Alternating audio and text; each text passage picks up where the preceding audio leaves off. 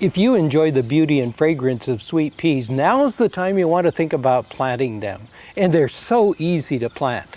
These are the climbing type, and I fixed kind of a teepee here for them to grow up. So around the base, I'll plant the seeds. But first you'll notice I soaked the sweet pea seeds overnight in water. So I'll pour the water off of them now. And then just make, as you can see, the pea seeds are fairly small and quite hard. So we'll just, with my finger, poke a hole about 1 inch deep, cover it, and I'm going to put about 4 seeds around the base here of each of these posts. And only, keep in mind, only about 1 inch deep. Actually, I'm going to put 5 because I'm going to put one on the inside here too. And I'll do the same thing. See how simple it is? Make a little hole, cover it over, little hole with your finger, cover it over.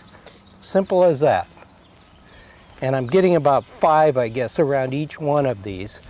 And that should grow up, oh, it should make a gorgeous display. And of course, the fragrance of sweet peas is just outstanding.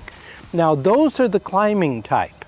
Those are the vine type, and they'll have long stems and beautiful flowers on them too. But let's go over here and plant yet a different type. These are what are called the super snoop peas.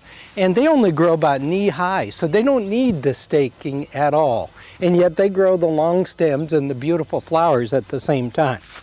So is what I'll do, and I should have mentioned this with the others, is read the back of the packet so you know how deep to plant the seeds and how to plant them.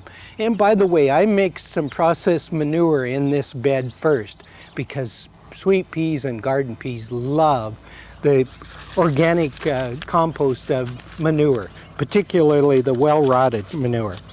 So I'll take no, I'm not going to take these out because I've already soaked some here. And again, these were overnight. I'll pour out the water, like so, and then let's space these about 2 to 3 inches apart across here. And you can see I've already made the trough. I'll just do this all the way across, and you'll notice that this is about 2 or 3 inches deep, I guess closer to 2 than 3. And all I'll do then is to cover over, about 1 inch or so again, just like so. And I won't pat that down because if I patted that down, that of course would push the oxygen out of the soil. It's that simple really, and this is the greatest time of the whole year to plant the sweet peas, but you can also plant garden peas now.